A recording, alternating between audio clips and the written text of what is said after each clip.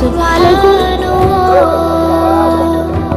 সামনের রাতটাই আমরা কত বড় আত্মা ছিল ইসলামে গিয়েছি। আমাদের মসজিদ থেকে আজকের এই লাস্ট সপ্তাহ বুধবারে বাস নেওয়া হচ্ছে। ওই সপ্তাহে আজকে লাস্ট আমরা ইসলামে আজকেও যাচ্ছি। আল্লাহ সুবহানাহু ওয়া তাআলা আমাদেরকে আজকে সপ্তাহগুলোতে ইসলামে নিয়ে গেছে ও ভালোভাবে নিয়ে নিচ্ছে। আজকে আমরা যাচ্ছি। আল্লাহ তাআলা বহুত বড় মেহেরবানি, ধন্যবাদ জাতি পারবেন এই বড় ময়দানে।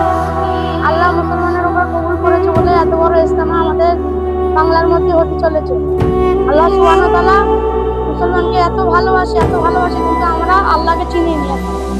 আল্লাহ বলতেছে, কেউ যদি পাহাড়ের সমতুল্য গুনাহ করে ফেলে, একবার যদি এসে ওযু করে, আমি তার গুনাহকে ধুয়ে দেবো। কিন্তু আমরা আল্লাহর কাছে একবার কেন, একবার ছাড়া 10 বারও মাপ চাইতে পারিনি। আল্লাহ বলতে, কেউ যদি রাত্রিতে 2 রাকাত নামাজ পড়ে যদি আমার কাছে মাপ চায়, আমি তাকে মাফ করে জান্নাত দেবো। 2 রাকাত তাহাজ্জুদ নামাজে বহুত ফায়দা আছে। তাহাজ্জুদ নামাজ পড়ে যদি আল্লাহর কাছে কান্নাকাটি করে, যে আল্লাহ তার পেরেশানিকে দূর করে দেয়।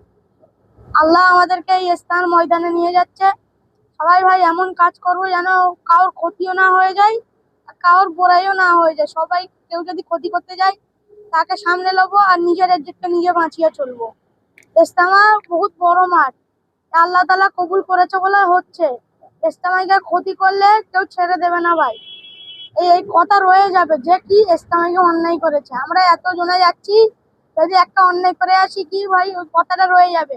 কিন্তু আজকের দিনটা চলে যাবে, কথাটা রয়ে যাবে। আমরা নিজের ইজ্জতটা নিজে বাঁচিয়ে চলবো ইনশাআল্লাহ।